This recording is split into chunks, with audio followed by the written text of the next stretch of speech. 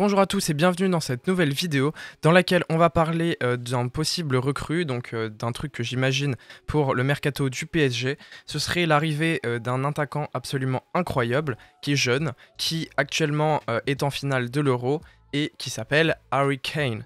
Donc c'est un excellent attaquant, un pivot, un joueur exceptionnel qui est annoncé partant de Tottenham et qui est quand même une potentielle opportunité pour le PSG. On va parler de mon avis sur le joueur, on va parler également de mon avis sur un potentiel transfert et est-ce que c'est un bon coup potentiel pour le PSG. Avant que cette vidéo commence, n'hésitez pas à la partager, n'hésitez pas à la liker, n'hésitez pas à vous abonner, ça permet de soutenir la chaîne qui est jeune, qui commence. Également, toutes ces vidéos sont pré-tournées, il y aura une vidéo par semaine parce que ça permet d'avoir un contenu régulier pendant les vacances. Et donc, je suis très content de pouvoir avoir une chaîne régulière. Et c'est pour ça que je tourne cette vidéo bien en avance, juste avant la finale de l'Euro. Et c'est pour ça que si vous m'entendez dire que Harry Kane est en finale de l'Euro, c'est normal parce que l'Euro et la compétition européenne n'est pas terminée à ce moment-là où je tourne la vidéo. Alors, Harry Kane, c'est un joueur qui est différent en sélection et en club. En club, c'est un finisseur fou.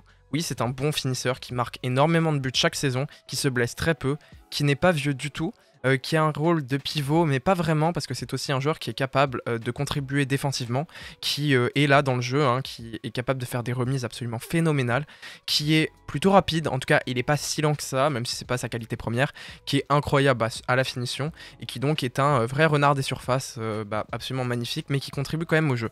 Il a un style qui est assez proche de Lewandowski, donc un petit peu moins bon quand même, mais qui est phénoménal. A l'inverse, en sélection, il n'est pas bon. En tout cas, il n'est pas exceptionnel. Il marque peu, il n'est pas dans les bons coups. On sent qu'il manque de confiance et c'est un vrai problème pour moi. Voilà, c'est pas le buteur clinique tel qu'on aimerait le voir, mais c'est comme ça. Et en même temps, l'Angleterre n'aide pas du tout dans son jeu catastrophique pour aider Harry Kane et les autres attaquants à bien jouer. Mais voilà, c'est quand même à noter qu'en club, il est bien meilleur que ce qu'on voit en sélection. Donc ce n'est pas forcément un critère de regarder ses performances un peu mauvaises en sélection pour dire que Harry Kane ne vaut pas le coup. Ensuite, combien seraient les indemnités transfert s'il était transféré au PSG ? Les indemnités tourneraient autour de 50 à 100 millions d'euros, parce que c'est une superstar, c'est une top recrue, mais qui n'a plus trop d'années de contrat. Tottenham est aussi un club qui a du mal au niveau de l'économie, qui doit vendre beaucoup chaque année, et qui, avec le Covid, a été durement touché. C'est également un club qui ne va beaucoup moins loin que prévu en Ligue anglaise, qui donc a des revenus qui sont pas bons, qui n'a pas de Ligue européenne, et qui donc ne peut pas se permettre d'avoir un effectif aussi surpuissant que ça. Le PSG, au contraire, a les moyens pour recruter un joueur comme ça, donc la question de l'indemnité transfert ne doit pas être questionnée. On peut se questionner par contre sur est-ce que ça vaut le coup sur l'effectif du PSG. En attaque, on a quand même Mbappé, on a quand même Di Maria, on a quand même Neymar, on a Icardi, mais comme j'en ai parlé dans une vidéo et que j'en parlerai plus tard, pour moi, il doit être vendu.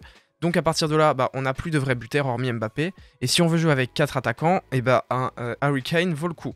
Maintenant, si on veut jouer avec juste un attaque à 3 avec Neymar, Mbappé et Di Maria, dans ce cas-là, effectivement, Harry Kane ne vaut pas le coup. Ça pourrait être une solution de remplaçant. Est-ce que payer 100 millions pour un remplaçant vaut la peine ?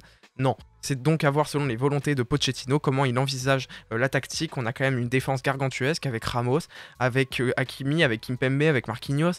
Donc voilà, on a quand même des stars. Et aujourd'hui, ça va être quand même important de regarder le fait qu'on ne peut pas non plus être en sureffectif total. Du côté de Harry Kane, est-ce que ça vaut le coup de passer de Tottenham au PSG ? Évidemment, parce que c'est déjà un joueur qui est absolument fantastique dans une équipe qui est moyenne, parce qu'il faut le dire, l'équipe de Tottenham est moyenne. Donc dans un club comme le PSG, je suis sûr que Harry Kane serait se sublimer. Il aurait aussi forcément plus d'offensive. En Ligue 1, il se baladerait et je le vois vraiment pouvoir marquer plus de 30 buts par saison, parce que c'est un joueur absolument phénoménal. Et moi, je serais très heureux de pouvoir personnellement le voir au PSG, même s'il faut bien noter qu'il y a un risque de sureffectif, donc Pochettino doit avant regarder ses besoins. Merci, j'espère que vous avez apprécié cette vidéo, n'hésitez pas à la partager, n'hésitez pas à la liker, salut!